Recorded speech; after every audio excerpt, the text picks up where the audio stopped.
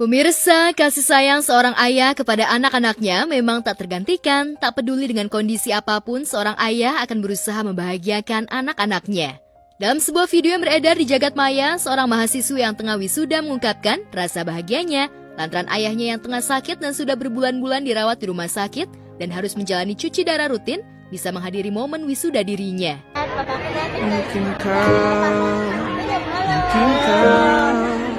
Mungkin kau mampir hari ini. Bila tidak mirip kau, jadilah bunga matahari yang tiba-tiba mekar di taman. Ya, mahasiswa ini begitu bahagia dan terharu lantaran ayahnya bisa menepati janjinya untuk hadir di momen wisuda dirinya meski harus duduk di kursi roda. Namun di hari ketiga pasca kelulusan, mahasiswa ini harus menerima kenyataan pahit lantaran ayah tercintanya lebih dulu dipanggil Sang Pencipta. Mengharukan ya, dan sebenarnya ini keluarganya juga sebenarnya bangga sama anaknya yang baru saja selesai di wisuda. Namun kepada Allah sayang sama orang tuanya, akhirnya 3 hari setelah wisuda dia dipanggil sama Allah. Dan ini menyatakan bahwa kalau orang tuanya yang meninggal tuh kayak lega melihat anaknya di wisuda walaupun kondisi baru keluar dari rumah sakit dan setelah itu meninggal. Menurut video tersebut rupanya menuai beragam komentar dari sederet selebriti dan juga netizen. Pengorbanan orang tua itu tidak bisa kita nilai dengan apapun. Jadi makanya tidak ada namanya bekas bapak, bekas ibu, atau bekas anak, tidak ada. Makanya sebagai anak kita harus sebisa mungkin, semaksimal mungkin berbakti terhadap orang tua. Tidak ada batasannya, tidak ada nilainya. Sementara itu, jika biasanya seorang anak pria lebih memilih memberikan cincin kepada kekasihnya, namun berbeda dengan pria yang satu ini yang lebih memilih memberikan cincin kepada ibunya. Dalam sebuah video terlihat seorang pria yang sedang makan bersama ibu dan ayahnya di sebuah restoran. I see your face, and it's nothing like I've ever known before. Love's an open.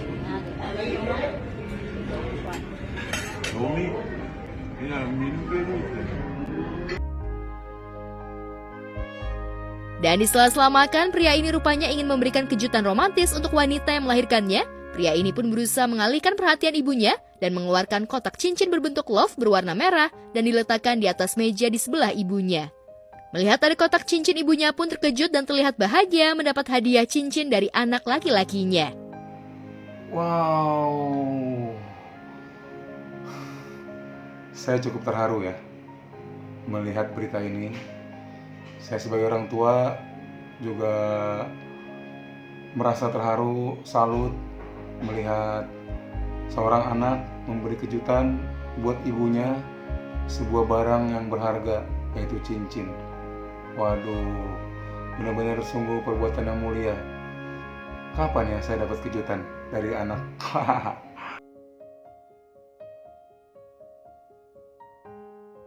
Video tersebut tentu saja menjadi sorotan netizen dan juga selebriti lantaran jarang ada anak laki-laki yang bisa bersikap manis terhadap ibunya. Pasti semua ibu apapun hadiahnya sih seneng ya, atau sebenarnya nggak dikasih hadiah juga pasti seneng ya, apalagi misalnya anaknya juga misalnya untuk aku sih nggak tahu ya background itu cerita apakah dia hasil kerja kerasnya dia atau dia dapat undian apa nggak, kan nggak tahu. Cuman intinya semua ibu kalau dapat hadiah apapun bentuknya dari anak tuh pasti bangga dan terharu, apalagi kan anaknya juga mungkin di hari spesial, bisa jadi itu ibunya lagi ulang tahun gitu. Pasti ngerasa bersyukur banget lah ya anaknya bisa inget gitu kan, apalagi menyisihkan rezekinya untuk ibunya ya, biar dan doa ibu pasti terbaik buat anaknya, insya Allah juga anaknya bisa lebih baik gitu.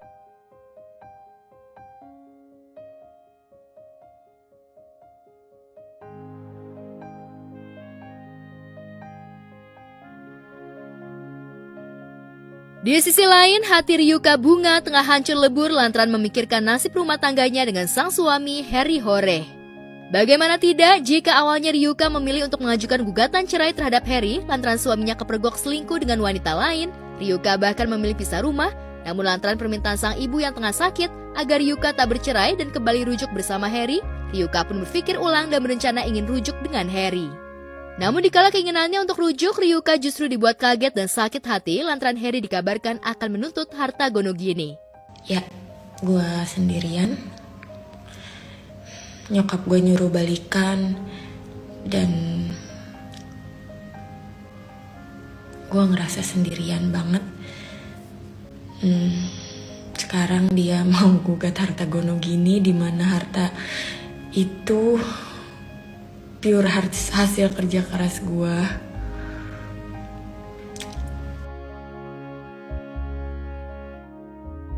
Dengan berderai air mata, Ryuka pun mengungkapkan rasa sakit hatinya lantaran dirinya akan digugat harta Gonogini oleh suaminya.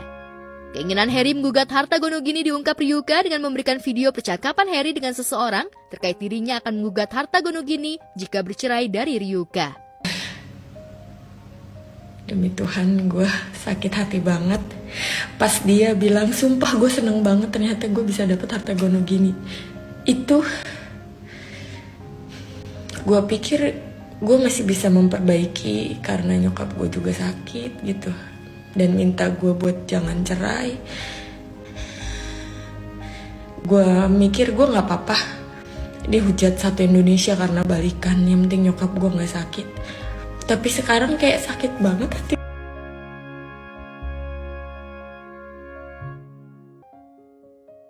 Ryuka tak habis pikir mengapa Harry tega ingin menggugat harta Gonogini, padahal selama menjalani biduk rumah tangga, Ryuka mengaku tak pernah mendapat nafkah dari Harry dan harta serta aset yang dimilikinya saat ini adalah hasil kerja kerasnya. Bahkan selama ini Ryuka lah yang membayar Harry hingga puluhan juta setiap bulannya. Hal ini tentu saja membuat Ryuka menganggap jika Harry justru ingin memanfaatkan momen perceraian dan membuat dirinya miskin. Ya, meskipun yang beli suami, meskipun yang beli istri. Apalagi ini gue yang beli istri, tapi gue itu kan ada anak gue. Ya, itu harusnya anak. Kenapa dia punya duit? Karena ada konten. Iya, karena dari itu ada konten dari gue. Dan itu bisa buang juga atau punya gini. Semua buat membuat gue. Gue cuman mohon nih sama Harry ya, kayak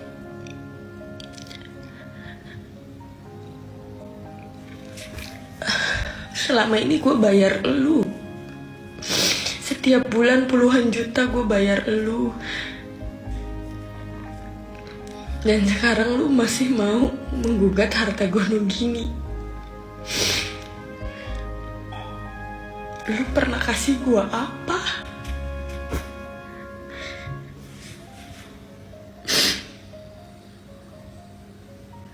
Lu udah selingkuhin gue, sekarang lu mau bikin gue miskin. Gue gak tau hati nurani lu di mana sih, sumpah. Curahan serta tudingan Ryuka terhadap Harry membuat suaminya itu menuai hujatan dari netizen. Dalam unggahan Instastory miliknya, Harry merespon DM seseorang terkait harta Gonogini antara dirinya dan Ryuka. Harry pun menjawab DM tersebut dengan nada bercanda dan berjanji akan mengungkap fakta sesungguhnya yang pastinya akan membuat netizen kaget. Entar juga kalau udah waktunya gue pengen umbar, kaget lu pada? Saat ini gue mending diem dan fokus nyiptain lagu dangdut pesanan Raja Yaman. Tak hanya itu, Harry pun mengaku jika harta Gonogini bukanlah menjadi prioritasnya saat ini dan meminta netizen untuk mencari tahu perihal tersebut. Soal harta Gonogini itu bukan prioritas gua, tapi kalau mau komentar soal itu, mending cari tahu dulu apa yang termasuk harta Gonogini. Namun di tengah isu tuntutan harta Gonogini, Harry mengunggah sebuah video saat dirinya dan sang istri serta anak dan keponakan berada dalam satu mobil. Ini tentu saja membuat netizen bertanya-tanya apakah benar jika Ryuka dan Harry tengah bermasalah. Dan tak ingin membuat netizen berspekulasi, Ryuka pun langsung mengklarifikasi video tersebut. Ryuka tak menampik jika video itu memang benar, namun Ryuka mengaku jika dirinya dan Harry tengah perjalanan ke Sumedang untuk menjenguk ibunya dan memberitahu ibunya terkait permasalahan rumah tangganya.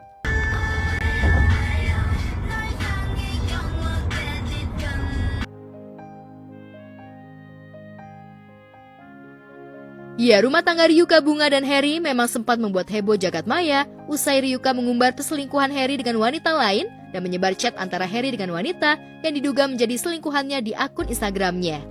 Ryuka yang sakit hati pun langsung mengambil sikap tegas dan memilih menggugat cerai Harry serta meminta suaminya meninggalkan rumahnya. Mengetahui jika akan digugat cerai Ryuka, Harry pun meminta maaf dan berharap Ryuka tak menceraikannya.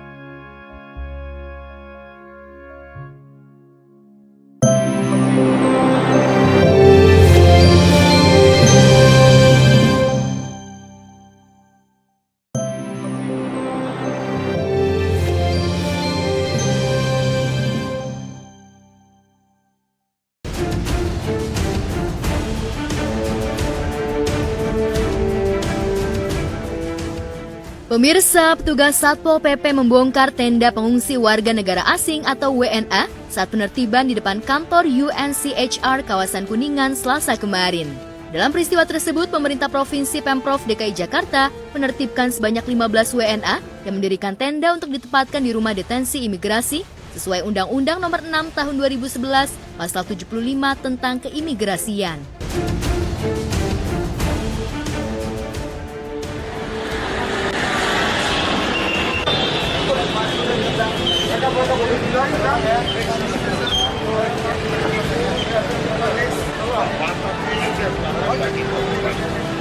Ada ambulans kok. Ambulans sudah masuk.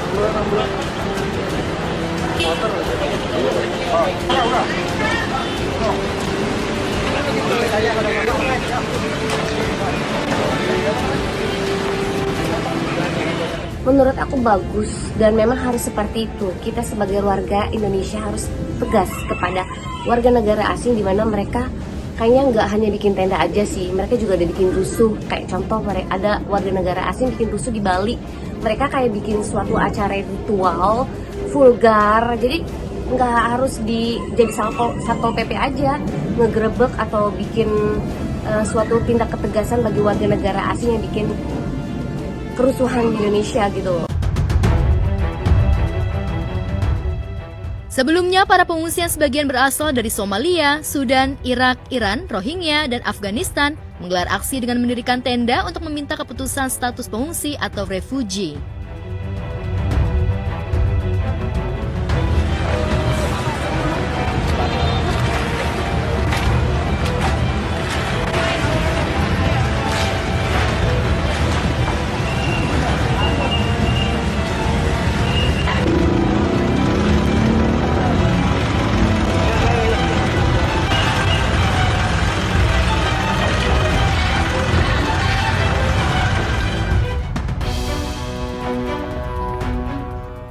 Pembongkaran tenda pengungsi WNA itu dilakukan karena keberadaan para pengungsi WNA itu melanggar peraturan daerah terkait ketertiban umum dan mengganggu estetika kota. Aksi pembongkaran itu menarik perhatian warga yang melintas.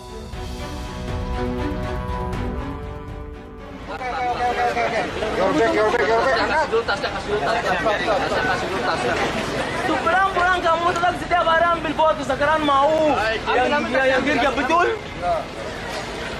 Kamu tahu? Saya tunggu bang, hati-hati. Atas doh.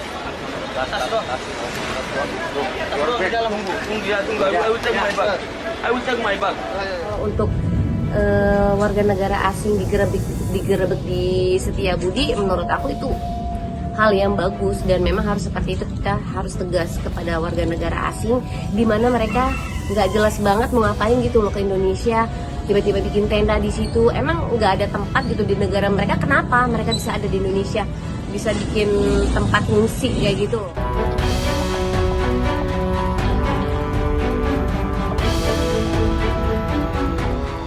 Sementara itu viral di media sosial, mobil pemadam kebakaran tertabrak kereta api barang di pelintasan kereta api Haurgelis, Kabupaten Indramayu. Kejadian itu terjadi pada pukul 2 waktu Indonesia Barat Selasa kemarin. Seperti inilah detik-detik mobil pemadam kebakaran tertabrak kereta api barang yang melintas yang berhasil direkam warganet dan diunggah di Instagram @terlalutuman.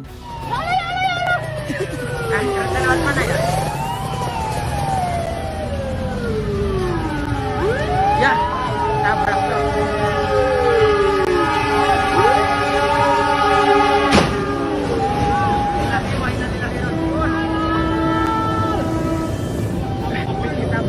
Astagfirullah. Wah.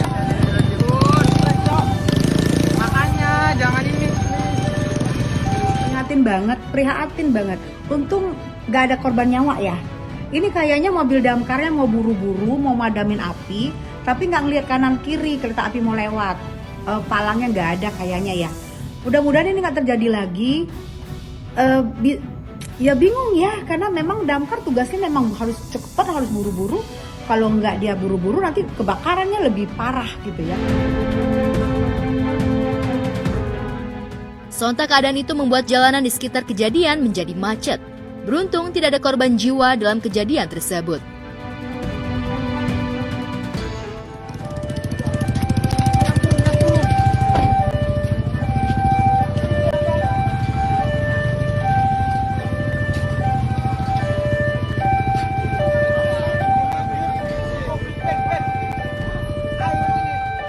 Bruk, Ceng. Ayo Pak, balik Pak. Sosisnya di sini.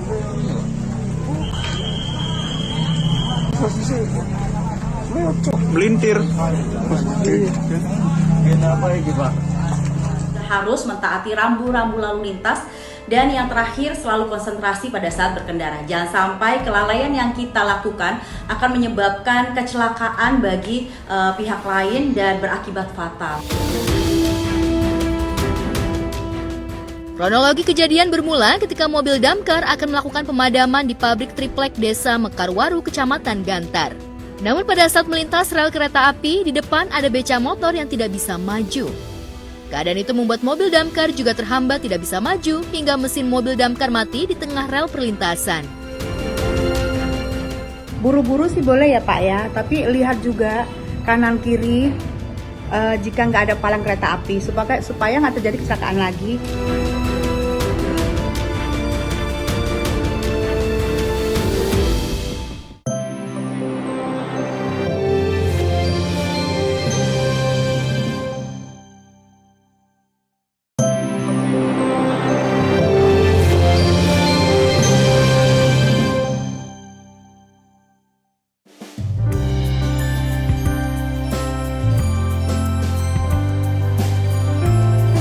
Pemirsa, pasangan Citra Kirana dan Reski Aditya sudah kembali ke tanah air kemarin petang pasca menunaikan ibadah haji. Kabar terbaru, Ciki dan Reski begitu ditunggu-tunggu netizen karena saat di Padang Arafah pada 25 Juni lalu, Ciki sempat dilarikan ke UGD setelah mengalami panas demam. Beruntung Reski auto siap menjadi suami siaga dan supportnya mempercepat kesembuhan Ciki. Namun unggahan Ciki tentang kondisinya saat di UGD sempat mencetak viral, lantaran banyak yang bersimpati pada ibu satu anak itu. Lantas bagaimana kondisi Ciki tiba di Jakarta? Secara eksklusif, Ciki dan Reski mengungkapkan pengalaman menakjubkan yang mereka alami selama menunaikan rukun Islam yang kelima. Masya Allah banget, haji itu memang perjuangan banget ya, bukan maksudnya yang muda pun memang harus fisiknya tuh kuat gitu, karena di sana kan kita banyak jalan, apalagi di Arafah ya, itu kayaknya menurut aku magical banget. Nggak tahu kenapa kayaknya rasanya aku tuh bisa berinteraksi langsung sama Allah gitu, kayak bisa cerita, bisa ngomong, bisa minta apapun sama Allah tuh benar-benar kayaknya rasanya langit tuh deket banget sama kita gitu. Apalagi momen harunya waktu saat wukuf udah mau berakhir ya, waktu matahari udah mulai tenggelam, itu rasanya sedih banget gitu, kayak ya Allah ini waktunya udah dikit lagi nih, kita harus minta apa, kita harus mohon apa, kita harus minta ampun apa lagi gitu. Jadi kayak cepet banget waktu berlalu gitu. Saya semua, kita pas udah ke Mekah itu baru aku merasa badan aku kayak menggigil, panas dingin gitu. Jadi kayak ya udah. Nggak bisa bangkit gitu ya, apa nggak bisa. Nggak dirawat, cuma UGD aja. Cuma di infus aja. Iya, tapi alhamdulillah lah itu udah selesai rangkaian hajinya.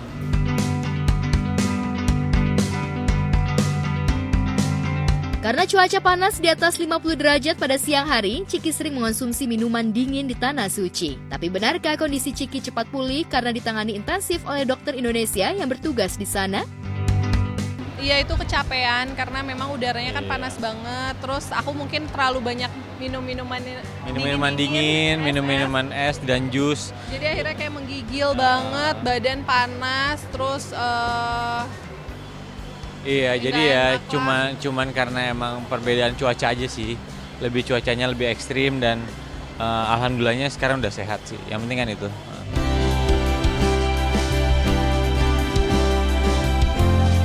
Hampir sebulan mengikuti perjalanan spiritual di Baitullah, Ciki dan Reski auto kangen dengan Atar putra sematawayang mereka. Terlebih saat mereka di Bandara Suta menjelang keberangkatan ke Tanah Suci, Atar sempat menangis histeris tak mau ditinggal papa mamanya. Jadi kita kangen banget juga dari sama Atar, udah hari ke-14, hari ke-15 udah mulai galau pengen beli tiket duluan. Iya, tapi ya alhamdulillah ya dikasih kekuatan lah sama Allah pastinya. Kita juga kan video call terus, udah gitu tadi juga ketemu dianya salting juga gitu. Jadi kayak lucu aja sih.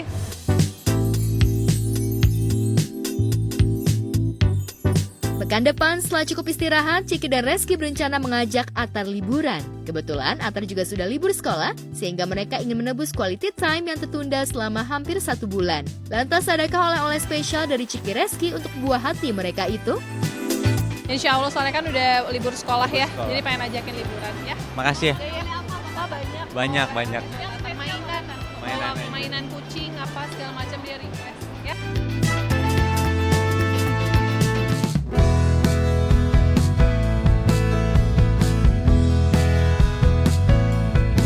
Pengalaman berhaji bersama suami juga pernah dirasakan oleh penyanyi Dewi Gita yang naik haji dengan Arman Maulana pada tahun 2017 silam. Akan tetapi 7 tahun pasca menunaikan rukun Islam yang kelima, Dewi Gita baru mantap mengenakan hijab di luar rumah. Bukan karena baru mendapatkan hidayah, Dewi ingin menjilbabkan hatinya terlebih dahulu agar kelak tidak pakai lepas atau angin-anginan dalam berbusana muslimah. Saat ditemui di sebuah acara bazar, Dewi mengaku sudah lama mengenakan kerudung, namun baru belakangan ini dirinya tampil syar'i di depan publik.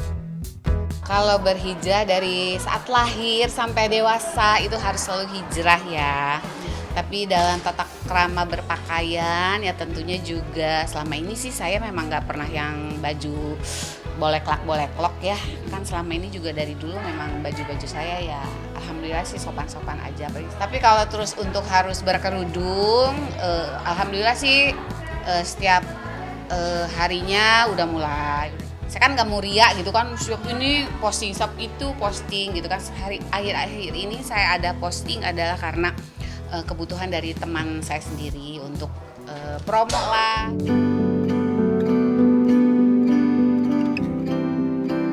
Tahun lalu saat mencetak viral lewat oplas miliaran rupiah demi menghilangkan keriput di wajahnya, Dewi Gita masih tampil tanpa hijab meski menghindari outfit yang terbuka. Dewi yang sering nyinden di berbagai acara off-air maupun on-air, seringkali mengenakan kebaya modern yang cenderung tertutup tak memperlihatkan lekuk tubuhnya. Saat berjaya sebagai solois wanita papan atas pun, Dewi tak pernah tampil sensual, sehingga gaya busananya relatif aman dari kritikan pedas masyarakat. Lalu benarkah karena usianya sudah kepala 5, Dewi merasa harus mereformasi gaya busananya? Kita sebagai manusia harus selalu hijrah, tapi kalau berpakaian yaitu alhamdulillah sih kalau menurut saya berpakaian saya selama ini juga sudah baik dan benar. Urusan kerudung itu bukan satu pertanyaan yang harus saya jawab. Kebaya juga kan sebetulnya itu hanya ngepas aja, ngepas badan, tapi saya selalu yang tidak terlihat. Ada ibu saya juga nggak pernah meminta, suami nggak pernah meminta, karena itu urusan pribadi, private. Mereka tahu itu urusan.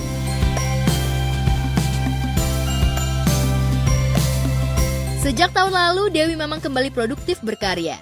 Pasalnya, Naja Dewi Maulana, putri tunggalnya bersama Arman masih kuliah S2 di London, Inggris. Tanggal 28 Juli mendatang, tepat di hari ulang tahunnya yang ke-54, Dewi berencana merayakannya bersama Naja di London, sementara Arman tetap di Jakarta. Bulan September mendatang, rencananya Arman akan menyusul ke London untuk menghadiri wisuda S2 putrinya. Lalu benarkah setelah Naja meraih gelar S2, Dewi dan Arman menginginkan putrinya berkarir di Indonesia? September insya Allah udah graduationnya S2-nya. Cepet, alhamdulillah cepet.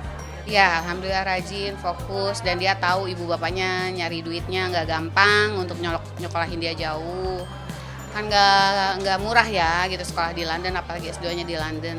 Jadi anaknya benar-benar yang tahu diri, alhamdulillah insya Allah selamanya. Dia kerja dulu, dia harus akan ada visa kerja yang dikasih sama pemerintah. Kan sayang kalau dibuang cuma-cuma. Dia dulu 2 tahun di sana, setelah itu ya dia yang nentuin apakah mau di sana terus atau mau pulang atau mau kemana ya.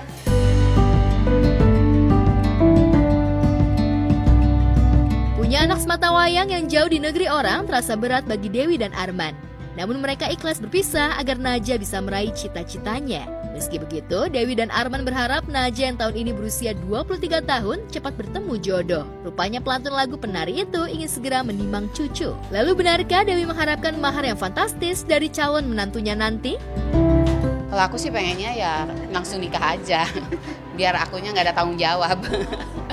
Kalau anak perempuan ya, namanya juga anak perempuan, udahlah. Aduh, di sel, ayo siapa yang paling gede, yang paling gede. Maharnya ayo siapa gitu, paling gitu kalau ibu-ibu ya. Kalau anaknya perempuan pengennya gitu. Tapi ya siapa tahu dia anaknya punya cita-cita yang ingin dia kejar ya. Sekali lagi sebagai orang tua saya harus dukung.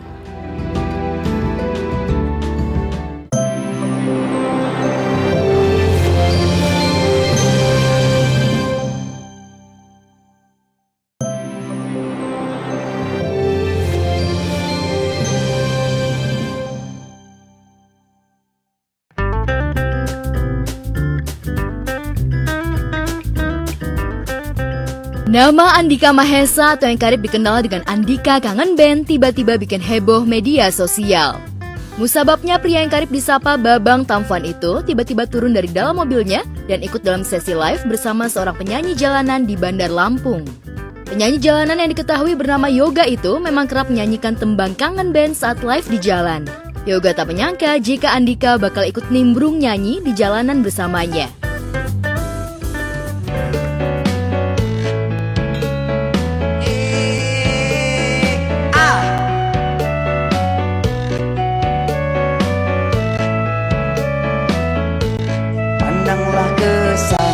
Lihat yang di sana, mereka yang berbaring di tanah, bukankah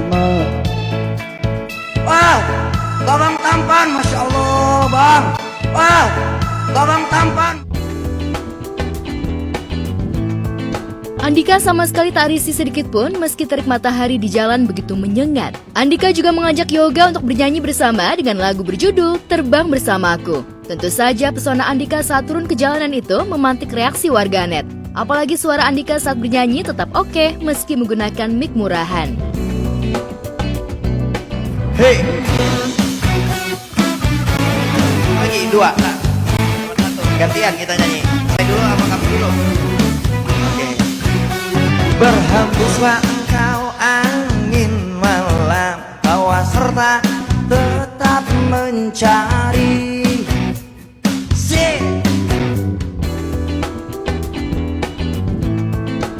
Masya Allah, tabarakallah, Babang Tampan alias Andika Mahesa, luar biasa sekali. Bapak Andika Mahesa ini artis yang luar biasa. Dia rela keluar mobil panas-panasan untuk nyamperin tiktokers yang sedang live loh di pinggir jalan. Bahkan dia ikut nyanyi juga, Masya Allah. Sikap spontan Andika yang mendatangi penyanyi jalanan itu tentu saja menuai simpatik dari warganet. Andika sama sekali tak sungkan untuk berbaur bersama pengamen jalanan. Apalagi sebelum masyhur seperti saat ini, Andika juga sempat mengamen. Bagi kita semua bahwa tidak ada perbedaan antara artis dan orang biasa. Dan luar biasa saya banyak belajar dari Babang Tampan untuk selalu rendah hati, untuk selalu humble, untuk selalu merangkul orang-orang hebat di sekitar kita. Masya Allah, Babang Tampan semoga menjadi inspirasi untuk para artis yang lainnya. Dan buat abang tiktokers yang sedang live, semoga semakin banyak deras rezekinya. Sehat selalu, sukses.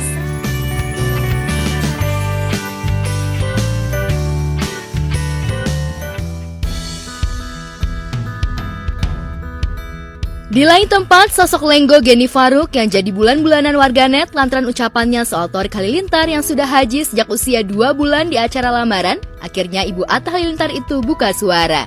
Lucunya klarifikasi Geni Faruk itu lewat konten saat bersama anak-anaknya yang menyebut jika ucapannya itu hanya sebatas kelakar canda dengan keluarganya saat di acara lamaran Torik dan Aliyah Mas Said. Haji Muntah, Haji Said, Haja Sajidah, Haji Kata. Kan kata mau ngaji. Kan kata mau ngaji kan? haji. Kenapa? Memang pada belum haji. Apalagi kahtan itu belum balik, jadi belum wajib haji. Tapi sekalipun nanti mereka udah haji, ya nggak perlu dipanggil haji juga. Gue udah haji dari dulu kan. Tapi lu juga nggak pernah nyuruh kita panggil haji. Iya.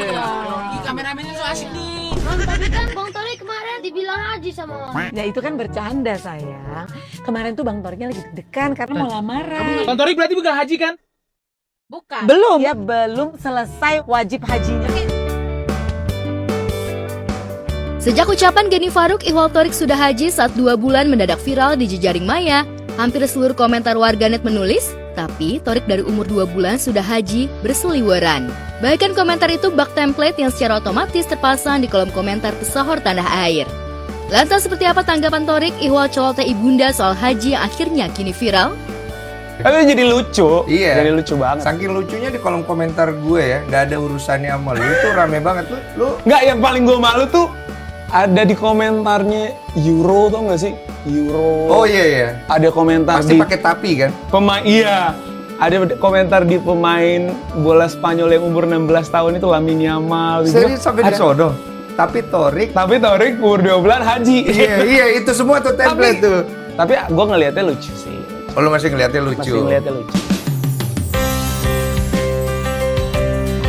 Celotehan haji sejak usia 2 bulan itu seperti menjadi pecutan semangat untuk Thorik bisa menginjakan kaki ke tanah para nabi untuk menjalankan rukun Islam yang kelima.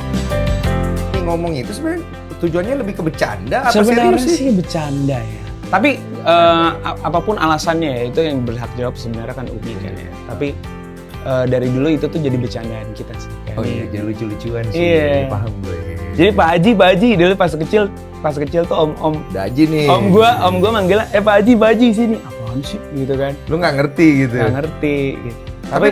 Tapi yang mungkin ini jadi panggilan gua untuk. Oh, lu belum ya? Gua belum.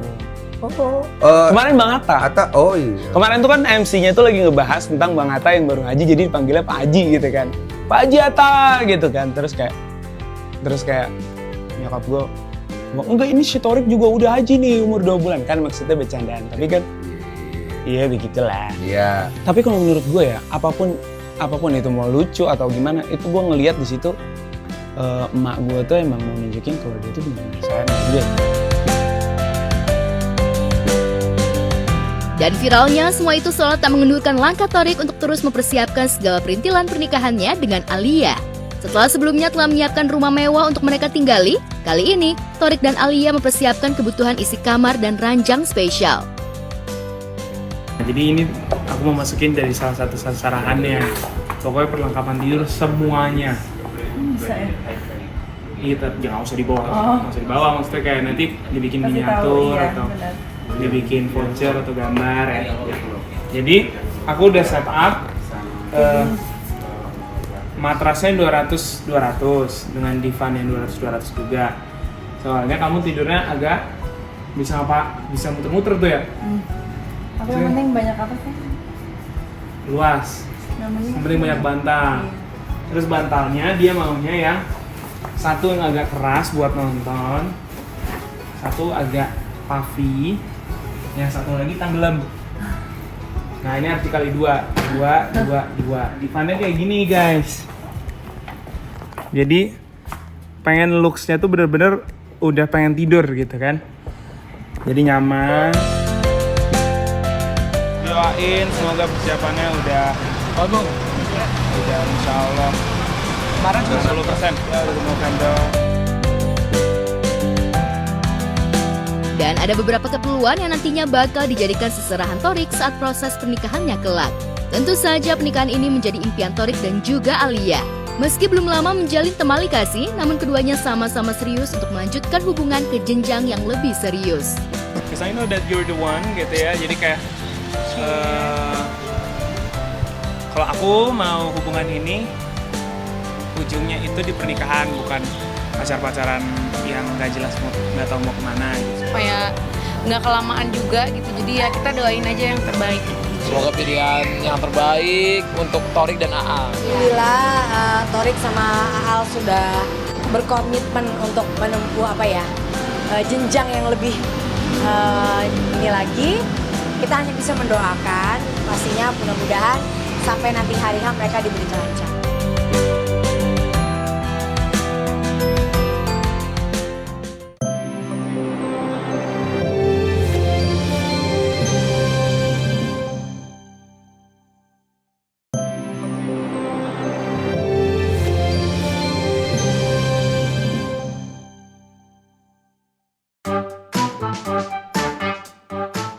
Pesinetron Angela Gilsha genap berusia 30 tahun pada 2 Juli lalu.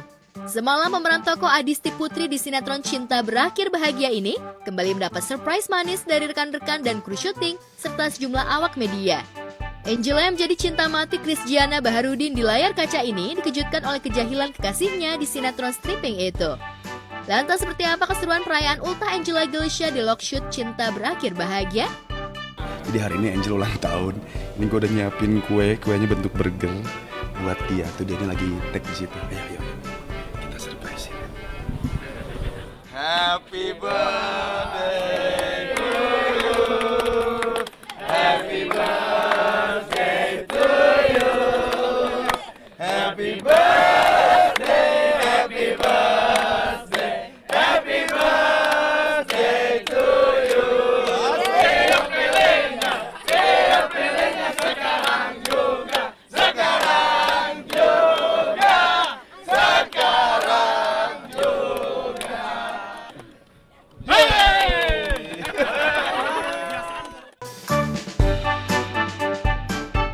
Bagi Angela, tahun 2024 menjadi titik balik karirnya di industri hiburan. Pasalnya Angela dipercaya menjadi pemeran utama sebuah sinetron stripping dan banyak berkah yang dirasakan Angela sejak menjadi idola baru emak-emak dan para ART Indonesia yang saban hari selalu setia menunggu penampilannya itu. Lantas apa make a wish Angela di momen pertambahan usianya ini? Benarkah Angela ingin sinetronnya sampai ratusan episode hingga tahun depan pun ia kembali merayakan ultah di Lockshoot? Make a wish? Wish aku cuma semoga judul ini panjang. Amin. Berkah buat kita semua. Amin. Semua sehat selalu. Amin. Honor lancar. Amin. Doa buat Adisti di umur yang sekarang sudah menginjak 30 tahun. Sama dong. Sama kita. Mudah-mudahan menjadi pribadi yang lebih baik lagi. Adis ini adalah salah satu orang terbaik yang pernah gue temuin ya. Artinya dia baik banget. Mudah-mudahan di ulang tahun ini selalu mendapatkan keberkahan. Rezekinya melimpah. Semakin naik tapi semakin menunduk ilmu padi, bosku. Selamat ulang tahun buat Kak Angela Gilsha. Semoga panjang umur, sehat selalu. Ditambah rezekinya. Lantas kado apa yang paling spesial bagi artis bernama lengkap Angela Gilsha pada hari ini? Kayaknya nggak ada tradisi kado-kadoan deh di ulang tahun aku. Jadi kayak cuman kumpul keluarga, makan bareng, udah itu aja sih. Iya, karena percuma juga dia beliin aku kado, orang itu duit aku. Iya. Iya, karena menurut aku yang paling penting itu ya kumpul-kumpul, ngobrol-ngobrol sama keluarga, update kehidupan, itu yang paling penting. Umur hanyalah sebuah angka. Jujur aku masih ngerasa aku masih umur 25-26 loh. Aku nggak ngerasa aku udah umur 30 sih sampai sekarang, karena badan juga masih fit. Terus aku nggak ada ngerasa tua sama sekali. Memasuki usia kepala 3, Angela bukannya tidak memikirkan pernikahan. Apalagi rekan-rekan seangkatannya sudah banyak yang menikah, bahkan punya anak, sementara dirinya masih PDKT dengan Rika Saharsa. Beberapa bulan menjalin kasih dengan presenter yang mewakili Indonesia di kontes Mr. Universe Model 2011 itu, Angela merasa satu frekuensi. Keduanya memang punya hobi sama, yaitu liburan dan mendaki gunung. Lantas, apakah kesamaan hobi itu belum cukup bagi Angela untuk menentukan calon pendamping hidup? Gimana ya? Sebenarnya aku nggak pernah nargetin juga sih kapan aku harus nikah. Terus maksudnya ya istilahnya aku nikah nggak nikah juga nggak apa-apa gitu loh. Aku masih banyak banget hal-hal lain yang bisa aku lakuin selain nikah gitu. Cuman ya pasti dalam hati yang terdalam itu pasti adalah keinginan seperti itu. Tapi kan aku nggak tahu jalannya Tuhan kayak gimana ya. jalanin aja. Kalau emang dikasihnya tahun depan ya. Terima kasih udah ngikutin gua Surprisein Angel hari ini. Jangan lupa nonton terus ya. Cinta berakhir bahagia setiap hari jam Dan malam di RCTI.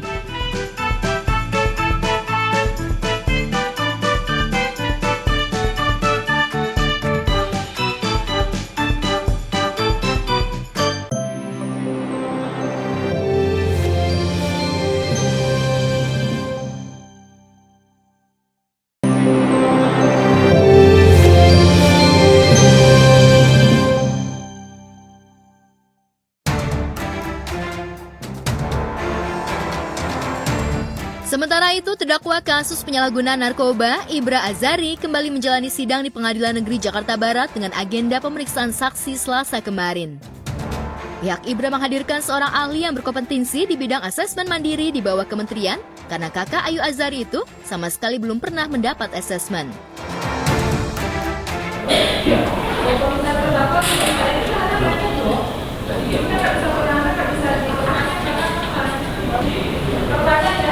Hari ini agendanya adalah sidang untuk pemeriksaan saksi yang meringankan, saksi adjas, yaitu seseorang yang berkompetensi di dalam bidang asesmen mandiri. Ya, karena kenapa kita hadirkan saksi ini? Karena saudara Ibra tidak pernah di asesmen. Pihak kuasa hukum mengungkapkan kalau kliennya masuk dalam kategori pemakai narkoba yang sangat berat. Sehingga untuk kategori pecandu sangat berat tersebut, kliennya harus mendapat penanganan yang serius, yakni dengan jalan rehabilitasi sesuai dengan undang-undang yang ada dan bukan hukuman penjara. Hasilnya adalah kita ingin mengetahui kadar daripada kecanduan dari saudara Ibra Azari. Ternyata dari hasil wawancara, kurang lebihnya adalah Ibra ini dinyatakan sebagai pemakai yang berat, pecandu berat, sangat berat, bukan pecandu yang biasa. Sangat mereka orang-orang yang memiliki keahlian untuk menilai ini, namun secara swasta ya ini ya, karena yang dari negara ini sudah kami kirimin surat juga, hanya jawabannya menunggu dari penyidik penuntut hakim. Jadi kami berinisiatif sendiri. Yang kedua, maka seorang pecandu berat ini adalah penanganannya itu adalah harus berupa rehabilitasi. Lantas benarkah selama menghuni sel penjara, Ibra Azari sering mengalami gelisah? Sidang selanjutnya akan digelar pada 9 Juli 2024 mendatang dengan agenda mendengar pembacaan tuntutan jaksa penuntut umum. Yang pasti menurut pemeriksaan ini juga terjadi sering gelisah di dalamnya, gelisah, tidak mendapatkan makin treatmentnya nggak akan kan kita bisa lihat ya dari 5 kali tertangkap ini di dalam penjara ini bukan solusi.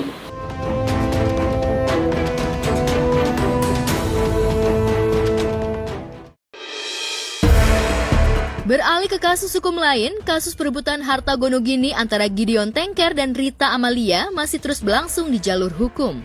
Berbagai upaya dilakukan ayah Nagita Slavina ini untuk mendapatkan harta yang diperebutkan dengan mantan istrinya itu. Terbaru didampingi kuasa hukumnya, Gideon Tengker mendatangi gedung Komisi Pemberantasan Korupsi atau KPK untuk melakukan konsultasi terkait gugatan Gideon terhadap Rita Amalia soal aset dengan nilai sekitar 300 miliar. Saya dengan Om Gideon ini saya harus menunjukkan kinerja saya datang ke KPK ini untuk melaporkan konsultasi dengan KPK. Jadi semuanya udah kita cerita panjang lebar di dalam ya. Lebih lanjut, Gideon Tengker dan pengacaranya Erles Rareral berharap pihak KPK bisa segera menangani kasus sengketa perebutan harta Gonogini yang nilainya diperkirakan mencapai ratusan miliar itu. Ini ada anak manusia yang menikah. Setelah mereka bubar, mereka meninggalkan harta. Hartanya sangat fantastis. Apa yang sehingga kami dipersulit seperti ini? Apa yang membuat kalian seperti menghindar dari kami? Ya, aset kurang lebih berapa ratus om? Yang saya masukin gugatan itu di Pengadilan Negeri Jakarta Selatan itu kurang lebih 300 miliar. Tapi menurut om sekitar 500 miliar. Ya harapan kami mungkin ya KPK lebih tahu caranya KPK seperti apa ya. Sidang gugatan harta Gonogini pun sudah digelar beberapa kali di Pengadilan Jakarta Pusat. Namun belum pernah sekalipun Rita Amalia hadir dalam persidangan. Rita Amalia justru santai bahkan berbagi cerita soal pengalaman berhaji bersama anak-anaknya beberapa minggu lalu. Semuanya seru, kita bisa ibadah bareng-bareng itu seru banget. Ya kalau panas ya memang panas ya, cuman mungkin nggak sengaja lah ngomongnya, tapi nggak apa-apa lah, namanya juga memang panas ya. Panas, memang panas. Nggak ada kejadian yang aneh-aneh gitu, nggak ada. Alhamdulillah sih semuanya dimudahkan.